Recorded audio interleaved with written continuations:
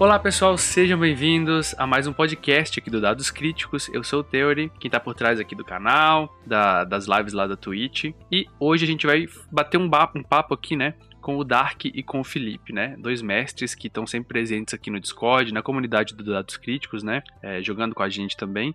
E a gente vai bater um papo sobre mestragem. A gente tá gravando esse episódio aqui ao vivo lá na Twitch, então se você quiser participar de gravações futuras talvez, fazer perguntas também, você pode seguir lá em twitch.tv/dadoscríticos, e vou pedir para eles se apresentarem aqui, falar um pouquinho deles e tal, e depois a gente vai respondendo as perguntas da galera que tá no chat aqui e falando um pouco sobre o papel do mestre, sobre mestragem no total, né, no geral aqui, e tendo outras perspectivas de outras pessoas, tá? Vou começar pedindo para eles se apresentarem. Quem quer começar a apresentação aí, galera? Meu nome é Dark, eu sou mestre de RPG. Sou um mestre um tanto novo de mesas virtuais. Sempre joguei mais mesa presencial. Cara, jogo há, sei lá, mais de 20 e poucos anos, cara. Comecei no Vampiro, foi migrando, chegou até no D&D, mas, cara, mestrei de tudo já um pouquinho. Joguei de tudo um pouco também, então eu tenho bastante experiência de mestre, eu acho. Não tanto de jogador, mas mais de mestre. Ana. É isso aí, tô mesmo agora online toda sexta-feira, mas não tô transmitindo ela ainda não. Ah, tranquilo. Esperamos que no futuro a gente veja o Dark transmitindo. Tô incentivando aqui, né, Dark? Isso aí. Vamos tentar. E também, né, e Felipe, se apresenta aí também pra galera. Olá pessoal, chamo Felipe. Eu tenho um canal no YouTube que chama Companhia dos Dados também, com algumas ideias, não gosto de falar dicas não, mas visões minhas sobre mestragem, e tô falando um pouquinho do sistema Pathfinder segunda edição. É um sistema aí que eu gosto bastante também. Eu jogo RPG mestre não há tanto tempo, igual Dark, há uns 6 anos aí, mas basicamente quinta edição, a maioria das vezes, e nos últimos 2 anos eu tenho experimentado os sistemas aí, Pathfinder, jogando um SEzinho da vida aí, tá sendo bacana. Isso aí, galera. Então, a gente vai bater um papo, a ideia aqui é bater um papo sobre mestragem no geral, tá? Não sintam que isso aqui é tipo uma entrevista que a gente tem que responder aqui. Se não souber, é uma conversa, a gente tá batendo um papo aqui e tentando responder as perguntas que a galera foram mandando aqui. E, assim, se o assunto ele for para outro lado, ele for para, sei lá, por algum motivo ele desviar, não tem problema algum, a gente pode seguir essa linha aí sem problemas, tá? Então vamos dar uma olhada aqui nas perguntas que a galera fez, né? Mas antes de começar a responder aqui, uma coisa interessante aí que o Dark falou que me criou uma pulga assim, né, atrás da orelha aqui, sobre essa questão de preferir mestrar ou preferir jogar, né? Eu percebo que tem algumas pessoas que têm uma preferência ao papel do mestre, se divertem mais talvez jogando. Eu posso me incluir nesse grupo aí, né, que eu geralmente eu tô mestrando porque, sei lá, eu me sinto mais confortável no papel de mestre talvez, né, do que no papel de jogador. É assim com vocês também? Vocês sentem isso? Ou vocês concordam com essa visão? Como é que é? Cara, eu gosto das duas perspectivas, cara. O mestre te dá mais, sei lá, abertura, mais coisa para fazer. Você, às vezes, quando é jogador, você fica mais preso a uma interpretação só. E como mestre, você interpreta o que você quiser, o que você criar, o que você tem. Fica mais livre, assim, cara. Então, acho que são duas perspectivas diferentes, cara.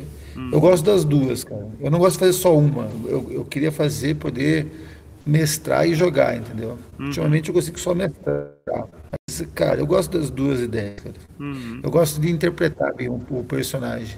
Mas como acaba não sobrando tempo de jogador, eu tento fazer isso como mestre, cara. Criar alguns personagens, tipo, marcantes, assim, pra campanha. Eu acho que eu tô com Dark nessa aí. Eu acho que tem fases, né?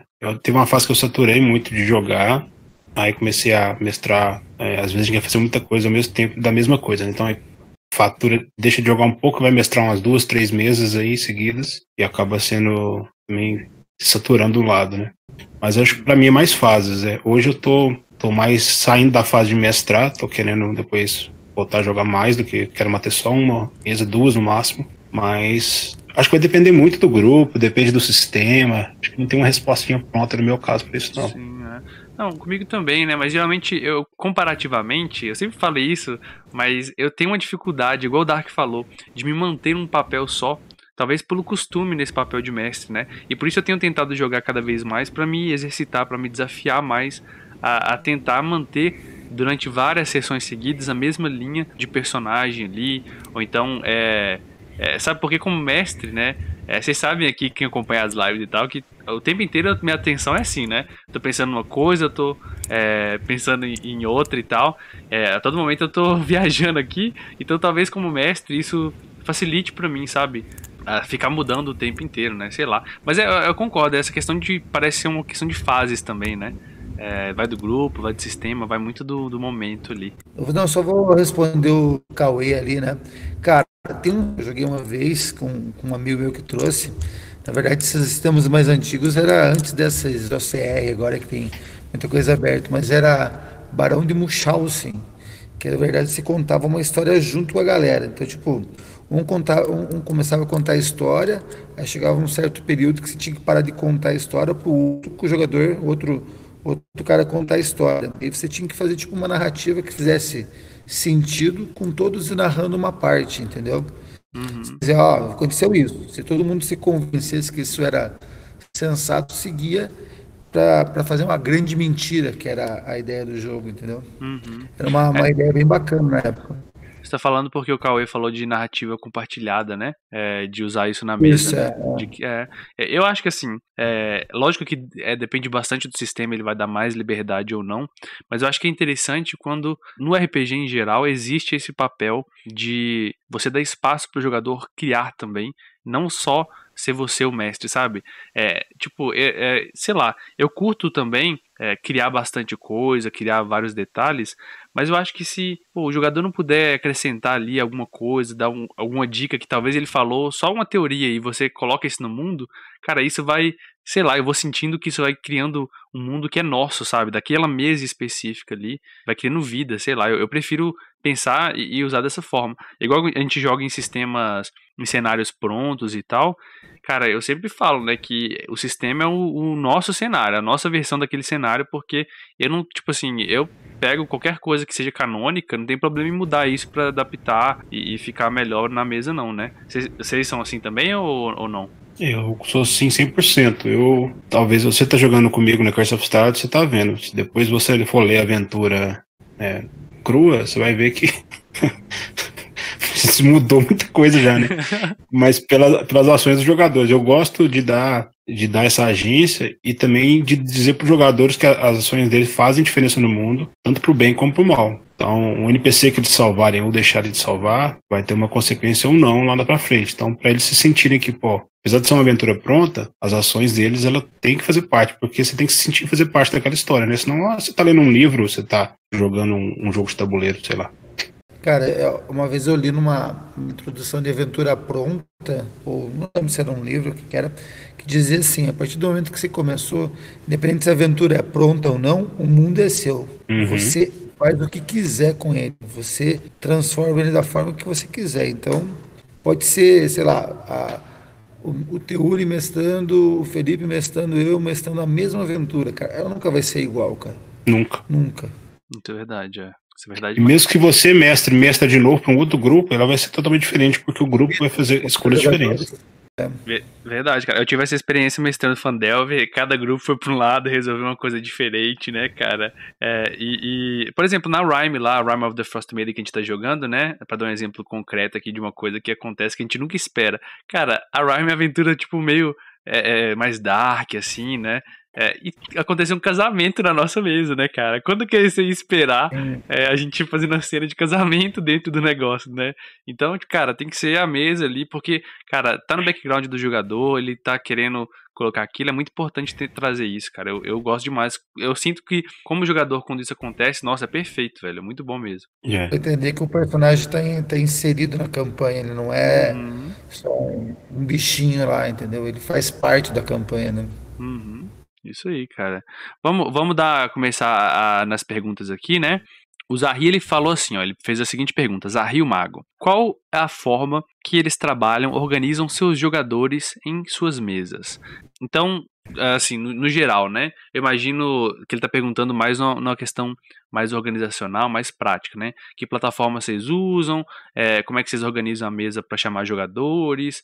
Como é que vocês fazem esse processo de organizar uma mesa e começar, quando vocês vão fazer uma mesa nova, uma aventura, algo do tipo? Eu sou bem, talvez a minha resposta não agrade muitas pessoas, porque eu gosto de tentar manter um grupo coeso, e eu não gosto muito de ficar divulgando mesa e live, porque eu acredito que quanto mais pessoas você joga, quanto mais você joga com as mesmas pessoas, incluindo um ou outro, evidentemente, para, né, não vir girar a panela, você vai criando uma química, vai criando uma relação que você já consegue entender o encaixe do grupo. Aquela sessão 1, 2, 3, que geralmente é mais carregada no começo de campanha, ela acaba se tornando mais fluida na minha visão. Então eu sempre busco organizar, né, jogadores que tenham uma linha de jogo parecida, né? Não gosto muito, por exemplo, de colocar jogadores power plays com jogadores totalmente de RP, porque às vezes um ou outro vai ficar deslocado, né? É bom sempre dar uma misturadinha, mas se uma mesa completamente de RP, o pessoal sofre no combate, vai colocar um cara combeiro sozinho, o cara vai sofrer, coitado. E vice-versa. Então eu sempre tento linkar classificar esses jogadores, né? Eu gosto de conversar isso na sessão 0, com jogadores que eu não conheço, ter até uma planilha para isso. Faço perguntas de filme, o que o cara gosta, como é que ele joga jogo, então eu faço essa filtragem assim e tento encaixar em mesas separadas, evidentemente. Acho que eu tenho. Em plataformas hoje em dia, né? Vamos falar de Covid, nós temos que falar só online aí. Então, infelizmente, 2 anos que eu não jogo presencialmente, mas é por aí. Você tem usado o Founder, né?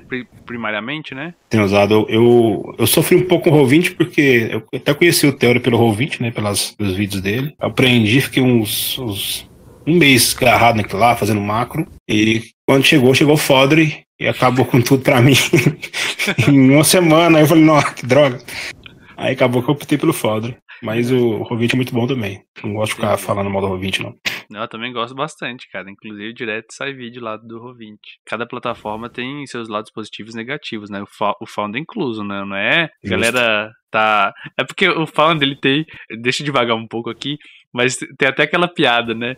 Tipo assim, quem costuma usar o Founder curte tanto que começa a virar... É tipo apóstolo, né? Oi, você já ouviu falar de Founder aí, galera? Já ouviu falar do Founder? Iniciativa Founder. E tipo assim, cara, tem gente que é algo mais simples, que é um Malbé Rodeio e tal. Diga aí, Dark. Eu comprei o Faldo faz mais ou menos uma semana, um pouquinho mais de uma semana. Eu até agora não consegui jogar nele porque eu não tinha conseguido conectar meus jogadores. Uhum. Consegui resolver esse problema, agora eu vou começar a organizar ele, cara.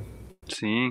E tem toda essa questão também do tempo de preparação e tal, que você tem para migrar de uma plataforma, né? Por mais que possam ser parecidas, leva um tempo de adaptação, né? Como você aprender a falar uma linguagem nova, algo do tipo. Mas voltando, Dark, só pra não pular o jeito que você organiza aí, como é que você organiza suas mesas, você escolhe seus jogadores e tal? Cara, eu fiz um server. Eu e mais um amigo, a gente criou um server e chama a gente, conversa e tudo mais, se organiza lá. Mas em geral, cara, eu sigo mais ou menos a ideia do Felipe ali, cara. Eu tenho que entender um pouquinho como é o jogador. Eu não vou trazer um jogador do nada lá, sem saber o que é ele, se ele vai estragar o convívio ou até a relação que alguns jogadores já têm.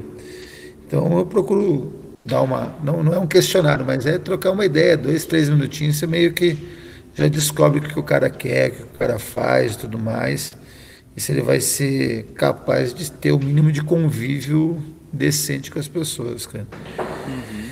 E aí, que nem você falando, eu organizo pelo Roll. Eu voltei agora faz umas 3 semanas, a gente começou a organizar aqui na cidade onde eu moro uma mesa presencial, cara, com uns amigos de 15 anos atrás lá, cara, que fica bacana de jogar pra caramba, que a gente se conhece. E é isso, cara. Eu acho que um pouquinho de organização, um pouquinho de bom senso e que nem o Felipe falou, para você às vezes não ter dois jogadores extremos que vão criar conflito e não vai render o negócio. Entendi.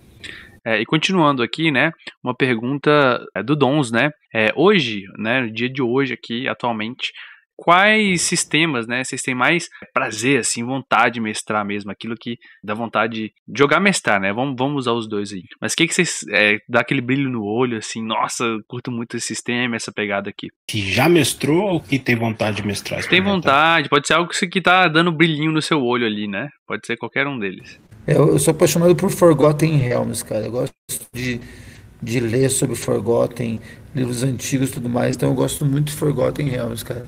O sistema de quinta edição me agrada muito, cara. Eu gosto muito porque ele é muito simples, muito fácil de usar, cara. Então, mas, cara, se eu vou sempre pensar, sempre vou lembrar, cara, das minhas aventuras que tinha, que a gente usava o sistema de invasão, GURPS, para jogar. Eu gosto muito de pós-apocalíptico. Eu adoro essa ideia de. Como que é? Esqueci o filme do Mel Gibson, caramba. Distopia? Não, do. Titanic. Ah, não, você tá falando do. Mad Max. Titanic. Se tem um filme nada a ver. Sim. Eu gosto muito do pós-apocalipse com mutante, sabe? Tipo assim, efeitos de radiação, efeitos de acontecimentos, essas coisas, cara. Uma hora eu ainda vou conseguir encaixar de novo isso. Eu vi que tem muitos sistemas que falam sobre apocalipse e tal, mas, cara, GURPS encaixa muito nisso aí, cara. GURPS é das antigas. É bacana, cara. GURPS é bacana que você consegue jogar qualquer coisa ali com os módulos certos, né, cara? Tá muito bacana. E você, Felipe? Cara, de que eu mestrei e joguei, eu falo que eu gosto muito de Pathfinder segunda edição. É um sistema gameista, né? Mais atual. Eu tenho preferido ele do que a quinta edição, mas por burnout da quinta edição, nada a reclamar. Acho que a quinta edição ela tem um papel muito fundamental para esse pessoal novo que tá chegando, né? Mas o que eu queria mesmo mestrar ou jogar, bom, DCC é um RPG que eu experimentei recentemente, eu gostei bastante de jogar mais sobre ele. Cara, eu gosto muito de experimentar sistemas. Eu comprei do The Witcher agora, eu gosto muito do cenário, né? Até o tema da nossa leitura do livro aí. Uhum. Então, quero experimentar ele. Eu tenho um RPG aqui de Game of Thrones, que é o outro livro que eu gosto bastante, que eu comprei no hype e nunca cheguei a jogar, só mestrei, só li. E mais? Cara, Tales from the Loop, que eu joguei um pouco isso, né? Estamos aí vendo umas possibilidades novas aí. O da Sagen lá, que eu tô namorando esse RPG há uns 3 anos já. Forbidden Lands. Sim, nossa, cara. Eu sou o cara que gosta de testar, entendeu? Eu até falei no primeiro podcast lá que a gente gravou com o Wilson, que a galera que gosta muito de quinta edição e pergunta como melhorar, interpretar, cara, experimenta outros cenários, outros sistemas, depois volta, né, pra quinta edição, ou faz paralelo, porque com certeza, cara, sua mente vai abrir. Tudo que você fica numa coisa só, né, você acaba meio que se enquadrando naquilo ali, então, quando você experimenta coisas novas, sua cabeça meio que dá um abre, assim. Sim, e pode ser coisas completamente diferentes, né? Eles passam a ter um papel fundamental em abrir a sua perspectiva, né? De como olhar pro jogo e tal. Eu senti muito isso quando eu joguei Fate, eu joguei os jogos PBTA, né? Que é o Powered by the Apocalypse, né? Que é aquele sistema de movimentos e tal. É uma experiência um pouco mais fechada do que a gente tá acostumado com esses outros sistemas assim. Mas, cara, depois que você percebe como você pode criar cenas, incluir o outro jogador. Como jogador, eu tô jogando e eu não preciso esperar o mestre colocar ali alguma coisa pra poder, tipo, eu chamar meu coleguinha aqui, o personagem do meu colega, e a gente conversar. Isso na época, né, tipo, eu posso propor coisas, né, como jogador também. Isso é muito importante, foi uma lição que eu aprendi bastante.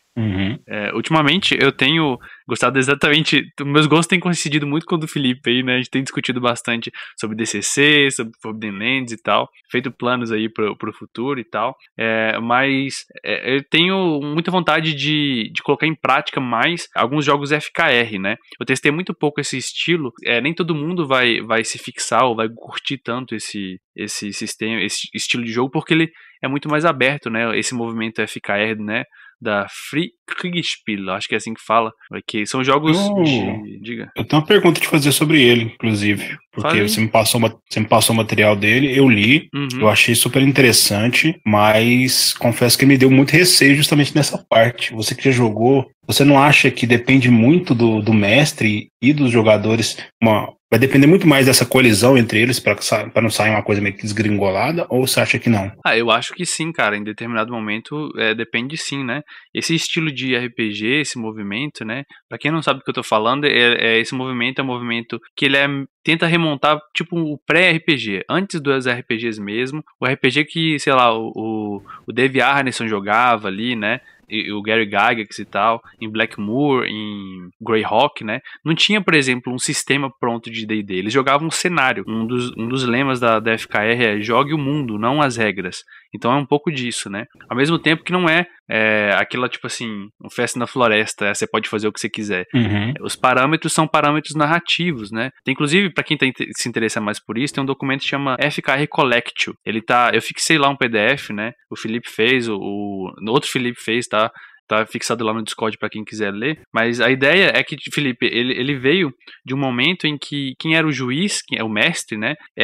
Os jogos de guerra eram um general, era alguém de patente mais alta. Então, você simplesmente confiava na experiência daquele cara em combate. Então, tipo assim, se o cara falasse que acertou, cara, você não ia questionar o general se ele tá falando que aquela tropa não daria conta de entrar naquele terreno e ela morreria por isso. É lógico que sempre tem as variáveis, você pode rolar um dado para aquilo, mas tem o papel do juiz, do mestre, né, do árbitro aí nesse tipo de sistema, ele ganha um papel muito forte e isso é muito delicado. Por isso que eu acho que essa pergunta sua, né, de talvez desgringolar, porque é muito fácil também do mestre falar assim, eu jogo e faz o que você quer, tipo assim, o jogo vai virar o que eu quero, sabe? Então, não é essa a proposta. Não é tipo assim, vocês vão jogar minha historinha e pronto. A proposta é a gente vai criar em conjunto, mas a gente não vai precisar ficar pensando em termos numéricos, sabe? A gente não vai precisar ficar pensando em 2 mais 2 vai dar 4 e isso acerta minha CA e vai me dar tanto de dano, e aí se eu tomar tanto de dano, eu morro e tal. Os parâmetros, eles passam a ser mais narrativos. Você está ferido. Beleza, o que significa você estar ferido?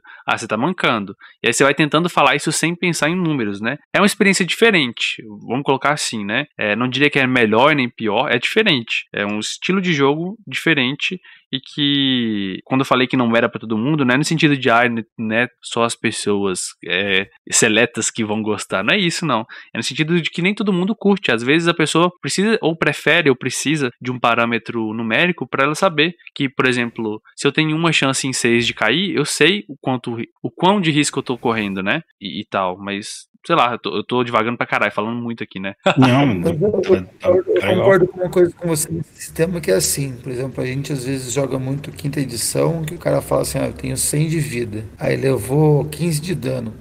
Nem doeu. Exato, Aí quando você fala que não existe esse número, que existe uma consequência, você levou um ataque, tá andando mal, não tô enxergando direito, que foi uma porrada no olho. O dano começa a ser mais importante, entendeu? Uhum.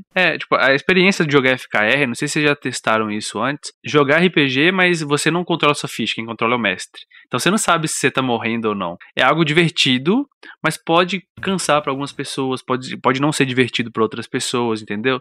Então vai agradar um tipo de pessoa e pode não agradar outro, né? Mas é interessante testar para ver o que você curte ou não, né? É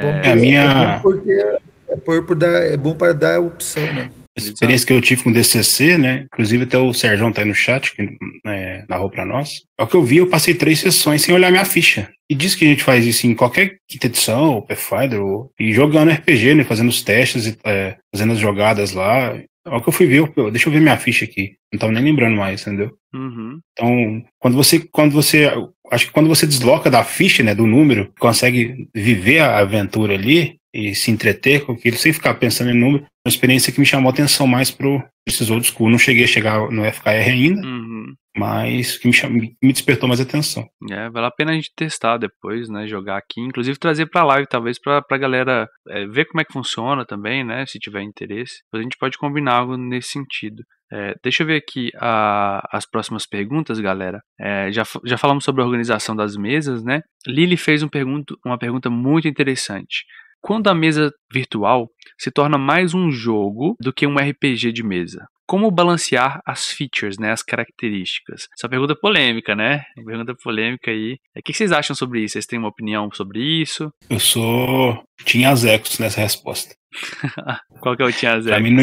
Pra mim não existe balanceamento, não. Eu não sou. E é bem polêmica essa resposta, né? Essa pergunta. Eu acho que se você tentar balancear muito, vai ser aquela parte da sessão que você vai ter a mão do mestre, seja pro lado positivo e negativo. Às vezes você quer dar uma aliviada pro grupo não morrer, o grupo tomou aquelas várias decisões equivocadas, você tá vendo que o trem tá desengrolando, você vai colocar a mão ali e acaba que os jogadores podem sentir, né? Que, aí deixa eu fazer merda aqui porque a gente não vai morrer mesmo, ou o contrário, né? Você começa a pesar a mão demais, faz de motivar o B. Então eu acho que balanceamento, ele é complicado.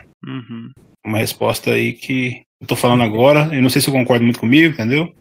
Então tá Isso que eu acho complicado sobre, né? Mas, tipo assim, eu acho que ele também tá falando no sentido de... Não sei se eu entendi direito a pergunta, mas no sentido de... isso a gente vê muito no Founder, muito no Roll20, até menos no Roll20, mas muito no Founder, né? Eu tenho visto isso. Uma tentativa automação. de automatizar, exatamente, quase tudo, Entendi. né? Não sei se é disso que ele tá falando, tá? O Lili tá ali tá aí no chat, né? Ela pode nos corrigir aqui. É isso mesmo, né? No sentido... Porque eu vejo muito isso, né? Automação, muitas vezes... Deixa eu dar minha opinião aqui. É sobre a automação, ela respondeu ali. Tipo, muitas vezes a automação entrando e atrapalhando mais, prestando mais atenção em automatizar as coisas que tá dando bug, que deu errado, do que no jogo em si. Sabe aquele momento que você fica 2 horas contando dado? Eu acho que a automação, a tecnologia no geral, ela vem para facilitar a sua vida. Se ela tá te atrapalhando porque você queria um efeito, mas o efeito nunca funciona, larga a mão, cara. Eu sou assim, cara. Pelo menos tenho tentado agir cada vez mais assim, porque tenho percebido que tentar automatizar demais, né, que é um risco que a gente corre quando entra no mundo do Foundry, é um problema, né, cara? O que vocês acham disso? Até falar sobre a evolução do negócio. Se a gente vai falar assim, tem gente que está querendo voltar às essências, tem gente que está querendo evoluir, tem gente que nunca jogou presencial, cara, por causa desse tudo de epidemia e tudo mais. Tem gente que conheceu o RPG como plataforma, com Roll20, com Found e tudo mais, e nunca jogou presencial. Então é uma forma de evolução. Então, é complicado, cara. Nunca vai ser uma online, nunca vai ser como uma presencial, cara. São duas coisas diferentes, cara. Eu sinto que tem coisas no online que são melhores, tem coisas que são piores, né? É a mesma coisa, né? É diferente, mas a gente... Ainda ali no fundo, lá no cerne, ainda é RPG, né? Mas é um RPG diferente. É igual você jogar futebol de areia e jogar futebol no campo, ou jogar futsal, né? É o mesmo esporte com as mesmas regras, basicamente, ali, com uma ou outra modificação. Muda o cenário. RPG. É o quê? A quarta edição que não é RPG, o resto é. Polêmico! Que isso, cara? Eu tinha que falar. Uma hora eu tinha que falar. Que isso, cara. Quarta edição é bacana também. Apesar de eu ter todos os livros da quarta edição, não é RPG. Que isso, sim, cara. Tem até amigos que jogam aqueles caras, né? O cara falou, puxou do fundo do coração da Que isso, muito específico. Tava entalado. Ai. E o pior é o seguinte, a minha mesa presencial hoje é quarta edição. Então aí tem uma dor aí por trás. Manda um vídeo pros jogadores. Fala pra eles ouvir o podcast aqui depois. Gosto da quarta edição, mas pessoal, até por eu ter lido todos os livros, eu posso dizer, cara. Não é. Eu curto, cara. Eu acho que ainda é RPG, sim, cara. Sim. Mas não, entendi o jeito que você falou. É que não foi um sistema que não agradou todo mundo, né, cara? Foi bem polêmico, né? Ele apelou muito pra essa questão do jogo mesmo, né? Tipo assim, vamos gamificar quase tudo e tal. Mas assim, o RPG, né, cara, ele é muito polêmico isso às vezes, porque tem o Team RP, né, que é a parte do roleplay, e tem o time do game, né? E tem a galera que fica ali no meio, às vezes mais voltado. É aquela questão da direita e da esquerda na política, né? Tipo isso também, são dois espectros aí. Uma galera às vezes olha pro lado da outra e aponta um dedo falando, mas isso aí não sei, não curto isso, você perde tanto. Cara, eu acho que assim, igual a gente tá falando, a gente jogando, indo mais pra um lado ou mais pro outro, você vai vendo visões diferentes daquele fenômeno, né? Então, eu acho interessante você ter todas as perspectivas, porque aí você consegue decidir melhor o que você gosta, onde você se encaixa, né? É bacana. Eu vou falar a frase que o meu mestre lá de quarta edição disse sobre o jogo. Ele é um jogo muito mais tático. O combate é muito tático. Ele Uhum. prima pelo combate e é um combate tático. Parece que você está jogando, sei lá, um Final Fantasy Tactics. Você move o inimigo, você se movimenta muito no combate. Uhum. Isso é verdade, cara. Isso, a quinta edição preservou vários desses elementos, né? Mas de forma um pouco mais leve eu senti do que na quarta, né? Ou até da 3.5 também. A 3.5 também tinha bastante disso, cara, pra ser sincero. Eu sentia, desde da linha do AD&D, isso vem cada vez sendo, da AD&D segunda edição, né? Isso vem cada vez mais sendo... É que é, a quarta edição foi uma, sei lá, uma tentativa de buscar o jogador que estava jogando online, na verdade, que gostava uhum. de MMO e tal, mundo aberto e tal, não sei o quê. Tinha o WoW, que era a época, sempre teve muito jogador, então buscou por isso, né? Vocês ouviram daquela plataforma que ia ser lançada pela Wizards, né, na época, que era uma plataforma de... como se fosse um VTT hoje em dia, né, uma mesa virtual, só que acabou nunca indo pra frente porque teve uma história de um assassinato envolvendo os desenvolvedores. Vocês ouviram falar disso, velho? Nossa, não. Velho, teve uma história, eu acho que o desenvolvedor, ou ele foi assassinado, não sei ao certo a história, tá, galera? Pesquisem aí, sigam o conselho do ET Bilu e busquem conhecimento por conta própria aí, porque eu lembro mais ou menos da história de que teve um assassinato envolvido aí que assim, nunca foi pra frente, mas eu acho assim, isso aqui é meu chute, tá? Meu chute, Lendas e que teorias. vai ter uma iniciativa dessa no futuro. Tem o D&D Beyond ali, mas eu imagino que a Wizards não vai, tipo, talvez uma sexta edição, ou talvez até na quinta mesmo, uma ideia de uma plataforma para tentar unificar isso aí. Imagino que vai ter, assim, em vez de eles só licenciarem, né, igual eles têm feito pra Roll20 e tal. Foundry não, né? Roll20, Fantasy Grounds e tal, essas paradas. Mas beleza. Continuando aqui, vamos continuar. Tararara. Mais um pedido de ajuda do que uma sugestão. Mais sobre mestrar para uma única pessoa. Existe algo de diferente ou é a mesma preparação para mestrar para um grupo? Vocês já tiveram experiência mestrando para pessoa só? Não. Eu Eu já. tenho experiência talvez de jogando solo. Exato. Eu e o Felipe, a gente vai fazer a história do Varys, tá, galera? Fica atento aí, a gente tá com esse projeto há um tempão aí, mas a gente vai jogar uma aventura com um jogador só aqui, um spin-off lá da nossa mesa de Rhyme, então quem quiser acompanhar depois, fica atento aí, pra ver na prática. Conta sobre a sua experiência então, Felipe. Ou Felipe não, o Dark.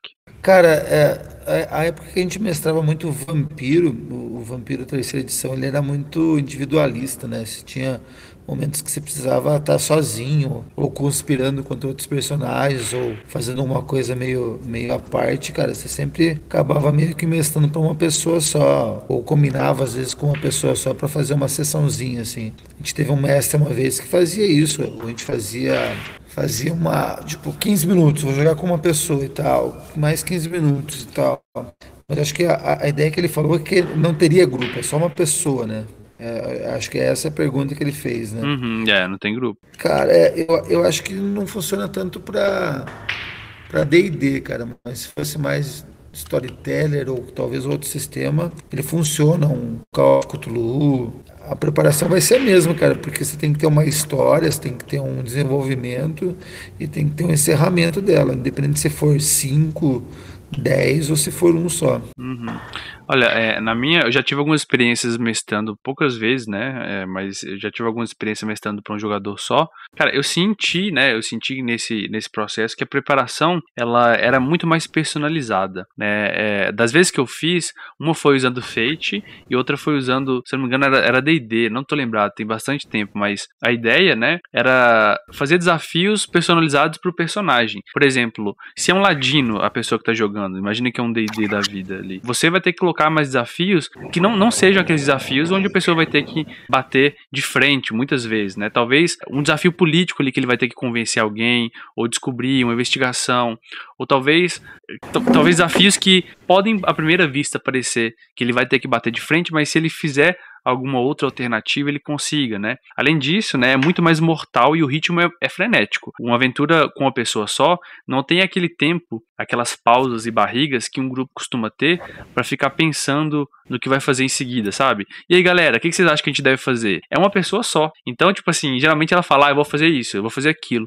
Então, eu tive a sensação de que o jogo ele fluía, né, no sentido de acontecer mais coisas numa sessão só do que com um grupo, né? Porque são várias cabeças pensando, é lógico que a gente vai ter muito mais possibilidades e ideias diferentes, mas isso fica... é uma democracia, né? Então as pessoas geralmente ficam decidindo ali quem vai decidir, quem vai fazer o quê, como vai ser dividida as funções, né? É bem mais mortal, então tem que tomar um pouco de cuidado com isso, não no sentido de ficar balanceando, né, e falar, se é uma pessoa só, eu vou colocar menos inimigos. Até, você pode até pensar nisso, né, mas dá alternativas também para que nem tudo seja resolvido na batalha, porque se você fica colocando batalha, tipo assim, não tem outra alternativa, uma hora ou outra uma merda vai acontecer porque não tá tendo alternativas ali para que a pessoa consiga agir ou tentar pelo menos de outra forma, né. É lógico que fugir sempre é possível, mas sei lá. Mas é basicamente isso, cara. Eu acho que é interessante. Vocês têm alguma outra coisa que vocês queiram falar sobre isso? Eu de observar a mesa que eu vi, né? Esse lá do Azex do Gruntar, justamente com um ladino, você vê que o jogador ele vai exigir muito mais do jogador do que um jogador de grupo, porque o cara, além de estar sozinho, ele tá sozinho, literalmente. Ele vai ter que resolver as questões diplomáticas, se ele não for um cara diplomático, ele vai ter que resolver as questões de emboscada, então vai exigir dele de perguntar muito pro mestre da situação para evitar, né? Evitar combates de frente, somente se for o ladino, né? Tentar outras alternativas. Então o cara vai exigir mais da criatividade dele. E o mestre também não pode ser tão engessado, no sentido de ir com o andamento do jogador também, né? E até propor desafios que ele às vezes não tá esperando, trazer coisas externas, não sei. Foi o que eu percebi lá na dinâmica dos dois. Uma coisa que eu gosto de fazer em sessões assim é tentar trazer um companion, cara. Pra quinta edição, por exemplo, tem um seguidorzinho ali, né, um sidekick.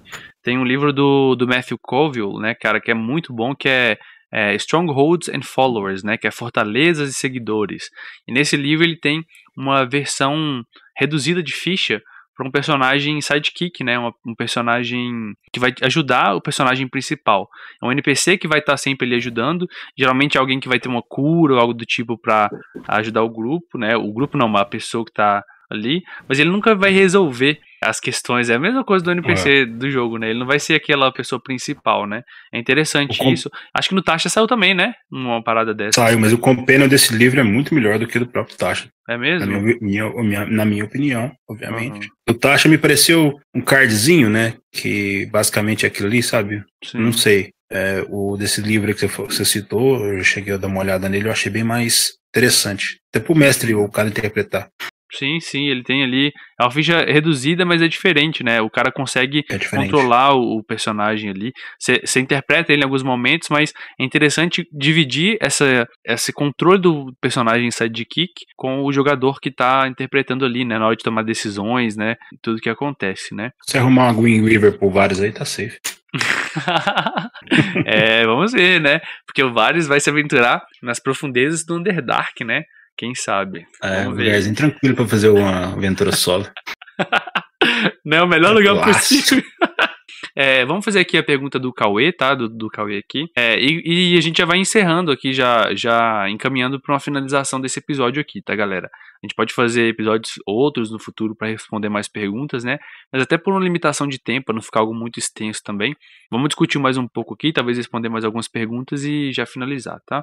Já aproveitando para perguntar, o Tucauê perguntou aqui no chat: como criar dificuldade para o combeiro, entre aspas, mas não entediar o ator, entre aspas, também, né? São tipos de jogadores que ele tá falando aqui. E como criar uma história legal pro ator sem entediar o combeiro? Ou seja, como manter esse equilíbrio entre diferentes tipos de jogadores na sua mesa, né? O que você tem a dizer sobre isso, Felipe? Cara, essa aí eu acho que eu vou passar pro senhor, Theory. Por quê? Porque eu não tive experiência com combeiro full ainda na minha mesa, por incrível que pareça. Toda vez que eu mestrei, os jogadores gostam mais do RP. Inclusive, eu queria que alguns gostassem mais do combo, porque todos estão passando aperto. Tô vendo isso na pele, Felipe. Mas eu nunca tive essa essa experiência, então não posso falar pelo lado. Pro lado do RP, né, é sempre bacana, né? Quando você percebe que o mestre está falando muito mais que os jogadores na mesa, na minha opinião, alguma coisa tem errado. Na teoria, o mestre ele deve falar menos, né? E quando você tem um grupo de RP, isso vai acontecer meio que naturalmente. Às vezes você tem que ter que ou conseguir manter um nível da partida até interromper muitas vezes, né? Mas por um lado, se você tiver um cara muito no RP, ele às vezes não liga muito pra ficha e tal. Então eu tô tendo só mais esse lado da moeda, assim. Então esse balanceamento ainda eu não tive essa dificuldade pra passar pra galera. Isso é algo assim que eu não posso dar uma solução pronta, eu nem queria que ela exista, tá? Soluções prontas nesse caso, em qualquer coisa dentro do RPG, mas é algo que eu tenho tentado encontrar também, Tucauê, é algo que eu tenho estudado e tentado melhorar para encontrar esse equilíbrio, né? Tem várias mesas, né, que eu já joguei, inclusive a que a gente joga assim, né? Tem vários perfis de jogadores, cada um com aquilo que ele curte mais ou não, né? E encontrei esse equilíbrio, pelo menos o jeito que eu tento fazer, é sempre pedir bastante feedback, cara. Eu fiz recentemente feedback individual, tem o esquema lá de estrelas e desejos que eu tava fazendo há um tempo atrás, e sempre ter um feedback em grupo para perguntar pra galera também o que eles estão achando, né? Se eles estão, o que eles estão sentindo do personagem deles, pede para eles falarem um momento que foi interessante, e aí você vai tendo o feedback e percebendo, opa, eu tô colocando mais ênfase nessa parte aqui e tô deixando que tal pessoa, tal jogador se sinta mais de lado, né? Então ter esse feedback constante, né? Não a cada sessão, talvez seja demais, mas a cada 2, 3, 4 ou até 5 sessões que a gente vai fazendo assim, pode ser muito importante para você tentar cada vez mais encontrar esse equilíbrio. É lógico que a gente é humano e às vezes você vai pender muito pro lado ou pender pro outro, você vai errar e assim, é importante que a gente saiba que a gente vai errar e tudo bem com isso, né? Desde que a gente perceba isso e não foi por querer e tudo mais. E sabe, pelo menos eu tento fazer assim, né? Eu confesso que eu não sou um jogador combeiro de forma alguma, né? Nem um mestre. Tem mestres que tem esse estilo também, né? De fazer ficha, de conseguir montar um combate super balanceadinho. Eu tenho bastante dificuldade para criar encontros de combate, né? Isso é algo que eu tenho tentado melhorar bastante estudando, né? Tem vários livros, inclusive um que eu tô lendo que é Os Monstros Sabem o que Estão Fazendo, né, Felipe? A gente tava discutindo outro dia, né? Que é a coisa que ajuda você a melhorar, talvez, no seu combate, talvez tentar trazer mais desafio pro combeiro. Mas, cara, uma coisa muito importante que eu tenho tentado fazer cada vez mais é que a batalha, ela tem um motivo por trás. Dessa forma, você consegue engajar tanto o combeiro na batalha, quanto a pessoa que é o ator, vamos colocar assim, né? Que você chamou de ator, a pessoa que curte mais RP. Então, se a batalha tá sendo uma batalha simplesmente para matar lobo, beleza, cara, todo mundo vai ficar focado ali em matar o lobo. Mas imagina que na batalha, ao mesmo tempo da batalha, tem um inimigo tentando desarmar um dispositivo que vai fazer que tem alguma coisa de narrativa por trás. Esse dispositivo vai fazer com que o rei morra. E se o rei morrer, tal coisa vai acontecer. Então, tem muito mais coisa em jogo na batalha. E coisas podem acontecer no meio da batalha que vão forçar interpretações. Então, escolhas e interpretações no meio da batalha, acho que isso é importante pra caramba pra engajar a pessoa que é ator, vamos colocar assim, no combate. Deixar o jogador também do combate ali prestando atenção, mas também voltar para essa parte da interpretação, né? Nem sempre a gente consegue fazer, mas tentar fazer isso é muito importante, cara. Eu caí? Não. Eu falo pra caramba, né, cara? Nossa. Pô, como diz o galera aí, é o presente, pô. Falou tudo. Ai. Presente. Dê presente no chat aí, galera.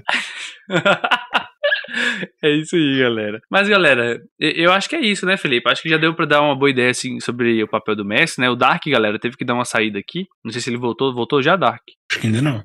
Não, né? Então, vamos finalizar, assim, de qualquer forma, sem ele, né? Eu agradecer aqui, depois ele vai ouvir esse podcast aqui. Agradecer a disponibilidade de vocês aqui em participar desse podcast. Estão convidados aí, quando tiverem qualquer questionamento, sei lá, sugestão de um tema pra gente conversar e debater. Não precisa ser algo que você acha, eu vou palestrar sobre isso. Uma dúvida que você tem, a gente pode conversar sobre isso em live, né? Pode ser muito bacana debater, até sobre pontos antagônicos. Eu tenho uma opinião, você tem outra, e a gente debater. Sintam-se livres para propor, estão sempre convidados. E a galera do chat também que nos acompanhou aqui, tava o Tucauê, o Maywork, né, o Serjão, tava o próprio Dark na balde, né, grande na balde, tava aí, o Zahri, toda a galera que tá aí, o Lupe também tava aí, apareceu mais cedo. Então, tô falando nomes aqui, mas não vai dar pra falar o nome de todo mundo, galera, me perdoem. Queria agradecer a todos vocês por acompanhar aqui a live e ao podcast, tá? Lili também tava aqui, olha só. E agradecer também você, Felipe. Se tem alguma coisa que você gostaria de falar pra gente encerrar aqui, um jabá, qualquer coisa que você queira fazer aí. Não, acho que é isso, galera. O importante é jogar RPG, tente se divertir. Se você não estiver jogando um jogo divertido, pelo menos se entreter. E tente criar um ambiente saudável tanto para você e você, mestre, também. Tenta se divertir. Não faça só seus jogadores se divertirem, né? Se entreterem. O jogo é para todo mundo. Acho que é isso, em geral. Isso aí. Agradecer ao Dark, tá, galera? Quiserem bater papo com todos nós, estamos no Discord, que é discord.io/dadoscríticos. O link tá no post. Muito obrigado a todos e até o próximo podcast aqui do Dados Críticos. Abraço!